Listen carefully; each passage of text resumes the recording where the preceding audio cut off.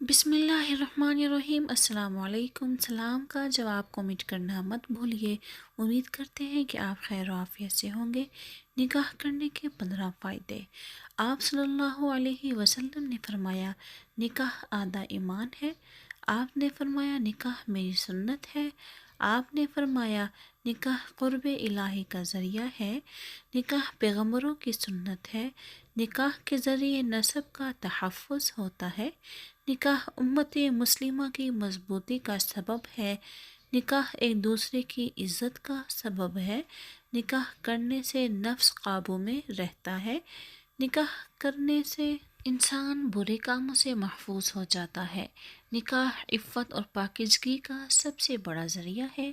نکاح سے انسان شیطانی وسوسوں سے محفوظ ہو جاتا ہے۔ نکاح کا ایک فائدہ یہ بھی ہے اگر عورت شادی شدہ ہے تو اس کو ہارٹ فیل ہونے کا خطرہ 65% کم ہو جاتا ہے، اور اگر مرد شادی شدہ ہے تو 66% اس کا ہارٹ اٹیک کا خطرہ کم ہو جاتا ہے۔